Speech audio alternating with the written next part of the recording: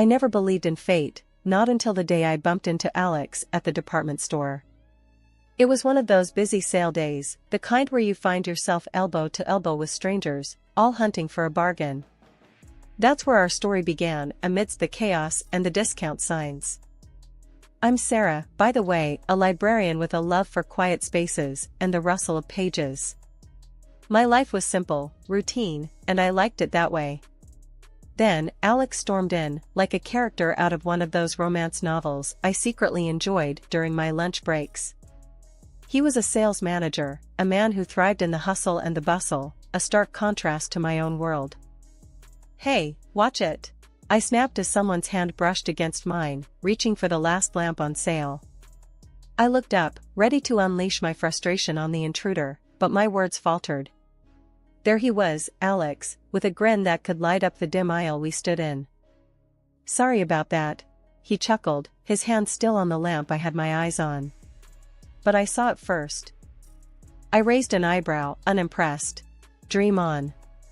"I've had my eye on this since I stepped into this aisle." The banter could have ended there, with one of us walking away in defeat. But Alex, with his easy charm, suggested, "How about we grab a coffee instead? My treat. You can tell me all about the other bargains you've snatched today." I was taken aback. Men like him didn't usually notice women like me, women who preferred the background, the sidelines. Yet, there was a sincerity in his eyes that caught me off guard. Against my better judgment, I found myself nodding, a small smile creeping up on my face. The coffee shop was crowded, but Alex found us a quiet corner. As we sat, sipping on our drinks, the conversation flowed effortlessly. He talked about his job, how he loved the challenge, the thrill of closing a deal. I shared my passion for books, how each page whisked me away to a different world. "You're interesting, Sarah," he said, his gaze intense. "Most people I meet are all about the surface stuff. But you've got depth." I could feel my cheeks heating up at his words. No one had ever described me like that before. "And you're not what I expected," I admitted. "I thought sales managers were all about the hard sell, the smooth talk." Alex laughed, a deep, rich sound that filled the space between us. "Guilty as charged. But there's more to me than just the job, you know." We talked until the coffee shop began to close, neither of us wanting the night to end. It was then that Alex asked for my number, his phone already in hand. "I'd like to do this again, Sarah." Without the argument over a lamp. I hesitated, a part of me wary of stepping into unknown territory. Yet, as I looked into his eyes, I saw a glimpse of something more, a connection I couldn't quite explain. So, I gave him my number, setting the stage for what would become the most tumultuous chapter of my life. Our chats turned into dates into a relationship, and before I knew it, Alex and I were standing at the altar, promising each other forever. We moved into his house, a cozy little place that soon felt like home. Our dreams of starting a family, however, proved to be a challenge, testing our bond in ways I never imagined. Life has a way of flipping the script on you, doesn't it? For years, Alex and I chased the dream of having a kid, running the gamut of tests only to be told by doctors to keep the faith. We did, until we didn't. Somewhere down the line, hope turned into acceptance that it would just be the two of us. Only, that acceptance brewed a distance between Alex and me, a gap that widened with every late night he spent at work or with his buddies while I was left to stare at the empty rooms of our home. I really tried to bridge that gap. "Alex, maybe we should see someone, a professional to talk about this," I suggested one evening, mustering all the courage I had. He looked at me like I'd suggested selling the house to join the circus. "A shrink? For what? So they can tell us how to talk to each other?" "No way, Sarah." And just like that, the conversation was over before it even began. But life, unpredictable as ever, had another curveball in store. Feeling off one day led me to the hospital, tests, and then the shocker of a lifetime, I was pregnant. The joy of it overwhelmed me, a joy I couldn't wait to share with Alex. His reaction, though, was as cold as ice. "Pregnant? Sarah, you know how old you are, right? You're an old 39-year-old woman with your sores and problems. This is risky, dangerous even. Maybe we should think about not going through with it. His words hit me like a slap. Not go through with it? Alex, this is our baby, our miracle. But the Alex standing in front of me wasn't the man I married. This version was distant, cold, and calculated. A miracle? Or a mistake? Think about it, Sarah. Pregnancy was anything but easy. My body felt like it was on a roller coaster, and my heart? Well, it was breaking. Alex's visits were few and far between, each one more awkward and strained than the last. Coming home from the hospital only meant returning to a house that felt less and less like a home. You're not even working, Sarah. I'm out here, busting my ass, and for what? So you can play house? Alex threw those words at me one night, his frustration boiling over. I bit back the hurt, the anger. Playing house? Is that what you think I'm doing? I'm carrying our child, Alex. Our child. But it was like talking to a wall. A wall that was packing its bags and moving farther away from me with each passing day.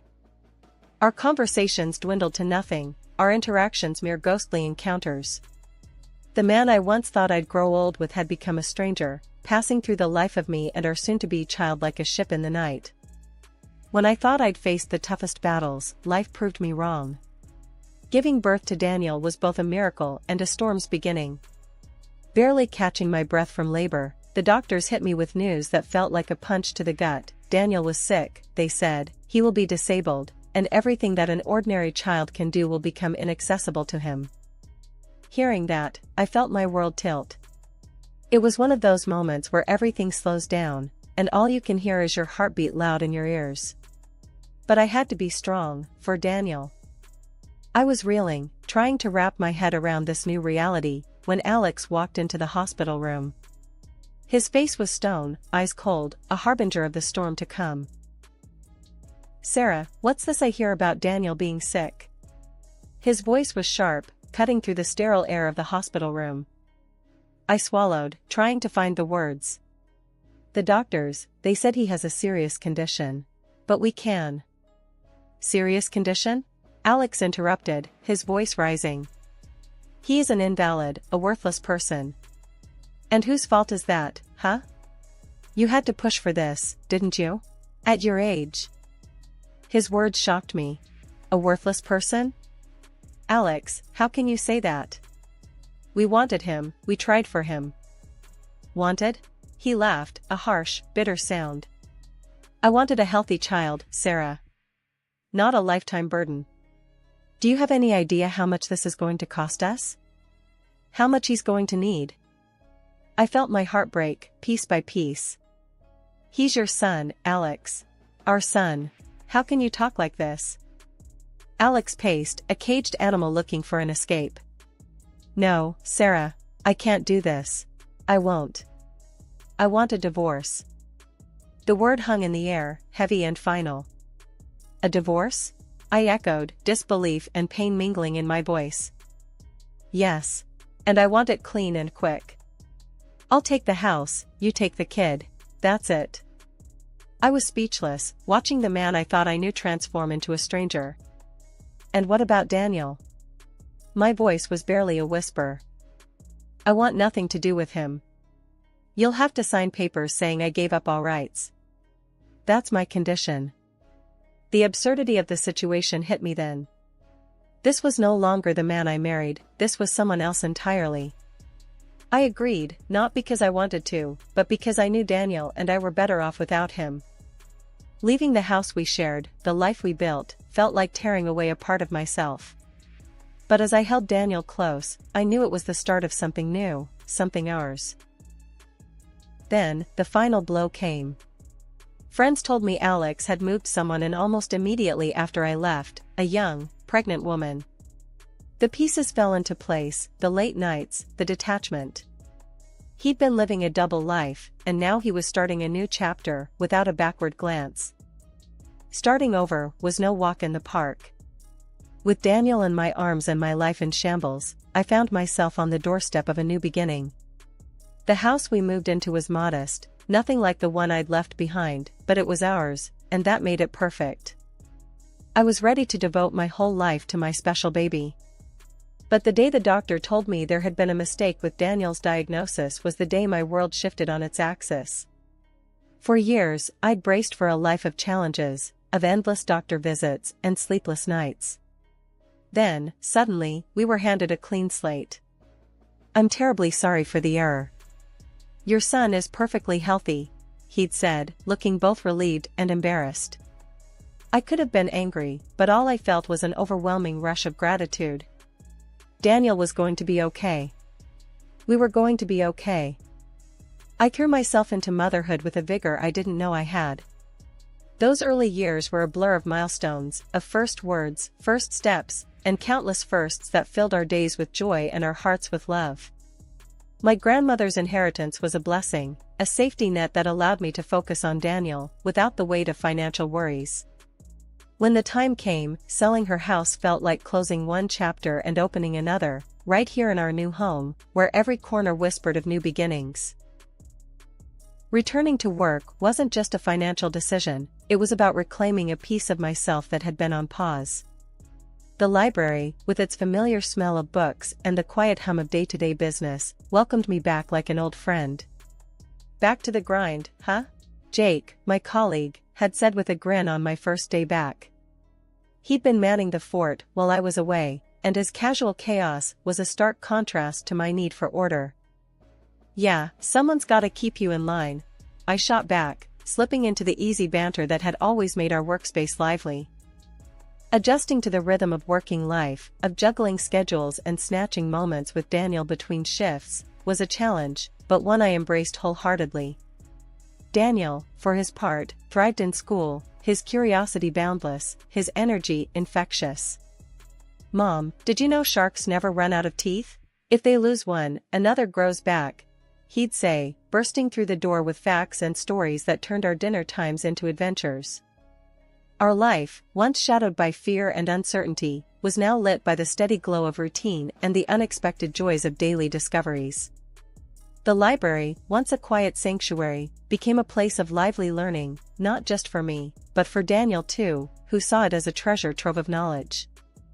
"Mom, when I grow up, I'm gonna read every book in here," Daniel declared one afternoon as he helped me reshelve books, his small hands struggling with the weight of a particularly thick volume on dinosaurs. I laughed, ruffling his hair. "That's quite the goal, champ. But if anyone can do it, it's you." The Christmas party at Daniel's school was something straight out of a holiday card, twinkling lights, children's laughter echoing off the walls, and the air filled with the scent of pine and gingerbread. I was there, mingling with other parents, sipping on too sweet punch, and keeping an eye out for Daniel, who was a blur of energy and excitement among his peers. Suddenly, Daniel appeared by my side, his eyes sparkling with anticipation. "Mom, you've got to meet Tommy, my best friend." His excitement was infectious, and I let him tug me through the crowd towards a boy who was looking equally eager. As we approached Tommy and his parents, my heart skipped a beat, then sank like a stone. There stood Alex, my ex-husband, with that woman, his new wife, the one he had left us for. The shock on his face mirrored mine, but any semblance of a civil reunion evaporated with his next actions. Alex's protective hand clamped down on Tommy's shoulder, pulling him back as if drawing a line in the sand. "Tommy, stay away from him," he barked, nodding towards Daniel, with undisguised contempt. "I don't want you mixing with that boy. He's not right." The words were a slap, a brutal reminder of the man Alex had become. "Excuse me?" I managed, my voice sharp with disbelief and rising anger. "What did you just say about our son?" Alex, unfazed, met my gaze with that cold, arrogant look I remembered all too well. "You heard me. I'm not having my son play with someone, defective." The ugliness of his words stung, but I squared my shoulders, refusing to let him see how deeply they cut. "Defective? Daniel is perfectly healthy, Alex. Not that you'd care enough to know." His smirk was infuriating, a clear indication he believed he had the upper hand. "Oh, I know you'd like to think everything's fine. But let's not pretend you didn't mess him up with your choices." Before I could retort, his wife, a bystander until now, chimed in, her voice laced with concern. "Let's not make a scene, darling. We're at a school event, remember?" Alex shrugged, his gaze still locked with mine. "She needs to hear the truth. Besides, we're doing much better now. My wife is rich, and her father owns the company I work for." He draped an arm around her, a show of possession more than affection. I looked at her, this woman who had unknowingly dismantled my life, and then back at Alex. "Doing better? By teaching your son to judge and look down on others? By spreading lies?" Alex laughed, a sound void of any warmth. "Oh, Sarah, always so dramatic. We've moved on to bigger and better things. Something you wouldn't understand." His words were meant to sting, to show off his supposedly better life. But looking at him, all I felt was pity. Money doesn't buy decency, Alex. Or kindness. As they walked away, Daniel looked up at me, his young face etched with questions and hurt. "Mom, why did he say those things? Why doesn't he want Tommy to be my friend?" I knelt down, taking Daniel's hands in mine, searching for the right words. "Sometimes, people say unkind things because they don't understand, or they're dealing with their own issues. It's not a reflection of you, my love. You are perfect just the way you are." Daniel nodded, though I could see he was still processing the harsh exchange. "Are we still going to have fun tonight?" he asked, his voice small. I smiled, brushing a stray lock of hair from his forehead. "Of course, we are. Nothing and no one is going to ruin our night. Let's go enjoy the party, okay?" After the Christmas party debacle, I tried to push Alex and his hurtful words to the back of my mind. Life with Daniel was full enough, without dwelling on past pains. But fate, it seemed, wasn't done with us just yet. A few days after the party, my phone rang with an unfamiliar number. Curiosity got the better of me, and I answered. "Hello? Hi, is this Sarah?" The voice on the other end was hesitant, unsure. "Yes, speaking. Who's this?" It's Julie. Alex's wife." Her voice wavered, like she was bracing for an onslaught. I paused, taken aback. "Julie? What can I do for you?" There was a heavy sigh. I wanted to talk to you about what happened at the Christmas party. And, about Alex." I tensed, memories of Alex's words still fresh. "All right. What about him?" Julie was silent for a moment before continuing. "I heard what he said to Daniel. And to you. I didn't know about any of this. About how he left you, about Daniel. He told me a different story." Her admission sparked a mix of emotions in me, but I kept my voice even. "And what story did he tell you?" "That you two grew apart. That the divorce was mutual. He never mentioned. He never said anything about Daniel being sick or..." Julie trailed off, but her meaning hung heavy between us. I sighed, feeling an unexpected pang of sympathy for her. Julie, Alex has a way of twisting the truth to fit his narrative. What happened at the party, what he said. That's the real Alex. I'm sorry you had to find out this way. She was quiet for a moment. I want to apologize, Sarah. For him. For what he said. It was unforgivable. And I'm going to confront him. He needs to take responsibility. We said our goodbyes, a mutual understanding hanging between us. After we hung up, I sat, phone in hand, pondering the strange turn of events. Alex's lies unraveling at the seams, and Julie, caught in the crossfire, seeking truth. 2 weeks later, after Julie's unexpected call, my phone rang, slicing through the quiet of the evening. The screen flashed his name, a reminder of a chapter one thought I had closed for good. With a sigh, I answered, bracing myself for whatever came next. Sarah, you've ruined everything. Alex's voice was sharp, tinged with desperation and anger. I pulled the phone away from my ear for a moment, taking a deep breath before responding. Ruin everything? Alex, whatever's happening is on you, not me. He was practically seething on the other end. Julie's leaving me. She found out about how I treated you, and then she got detectives on me. Found out I messed up again.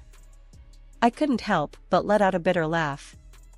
So, let me get this straight. Julie left you because you're the same lying cheat you've always been, and somehow this is my fault? It wouldn't have happened if you hadn't talked to her, he accused, his logic as flawed as ever. Alex, I didn't tell Julie to hire detectives. And I didn't make you cheat. You did that all on your own, I said, my voice firm, devoid of any sympathy I might have once had for him. There was a pause, and when he spoke again, his voice was laced with a desperation I hadn't heard before. I've lost everything, Sarah. Julie's dad fired me from the company. She's taking the house, the cars, everything. I have nothing. I shook my head, even though he couldn't see. And you think this is my problem because we were married once. We have Daniel. And I know I've been terrible, but I've changed, Sarah. I've realized everything now. Please, can we try again? For Daniel? The audacity of his request left me speechless for a moment. Alex, you haven't changed. You're only sorry because you got caught and lost everything. And even suggesting we try again? That ship didn't just sail, it sank. Daniel and we're doing fine. Better than fine, actually. And we don't need someone who only comes around when they've hit rock bottom. But I have nowhere else to go, he pleaded, his voice breaking. That's not my problem, Alex. You made your bed, and now you have to lie in it. Alone, I said, my tone final. He tried to argue, to bargain, but I cut him off. No, Alex. This is where it ends. You need to figure out your own life, without dragging us down with you. Goodbye. I hung up before he could say another word, the finality of the gesture making my heart race. It was done. I turned off my phone, not wanting any more disruptions for the evening. A couple of months after the whole debacle with Alex, I got a call out of the blue from Julie, his now ex-wife. She wanted to meet up, kids in tow, for a coffee chat. Curiosity piqued and a bit wary, I agreed. Daniel was always asking about Tommy, so I thought, why not? We met at a cozy little cafe downtown, a neutral ground of sorts. Julie was there with Tommy, both looking a bit apprehensive but hopeful. Daniel lit up at the sight of his half-brother, and within minutes, the kids were chattering away like old times, the awkwardness melting away under their shared excitement. Julie and I found a quiet table, coffee in hand, a world apart from the chaos of our children's laughter. So, I heard you finally went through with the divorce, I ventured, trying to tread lightly. She nodded, a mix of relief and resignation in her eyes. Yeah, I did. It was messy. But I'm out on the other side now. Feels like I can finally breathe again. I could relate, remembering my own tangled exit from Alex's life. I'm glad for you, Julie. It's not easy, walking away, but sometimes it's the only way forward. Julie sipped her coffee, then looked at me, a determination in her gaze. He showed his true colors, through and through. Made the divorce hell. But I'm glad it's over. And I've been thinking, our boys, they're half-brothers. Despite Alex being, well, Alex, I don't want Tommy growing up without knowing Daniel. Her suggestion took me by surprise, but the more I thought about it, the more it made sense. I'd like that, I admitted. Daniel's always asking about Tommy. They're good for each other, it seems. Watching our sons play, I couldn't help but marvel at how life had turned out. A few years ago, I never would have imagined sitting here, chatting with you, watching our kids play together, I said, a smile tugging at my lips. Julie chuckled, a sound of genuine amusement. Life's funny that way, isn't it? Throws you curves, and you end up finding family in the most unexpected places. Our conversation flowed easily after that, the initial awkwardness giving way to a shared understanding. We talked about the kids, about moving forward, about building a life after Alex. It was cathartic, in a way I hadn't anticipated. Driving home, Daniel buzzing with stories about his afternoon with Tommy, I realized that this was what moving forward looked like. It wasn't just about leaving the past behind, it was about building something new, something better, from the pieces.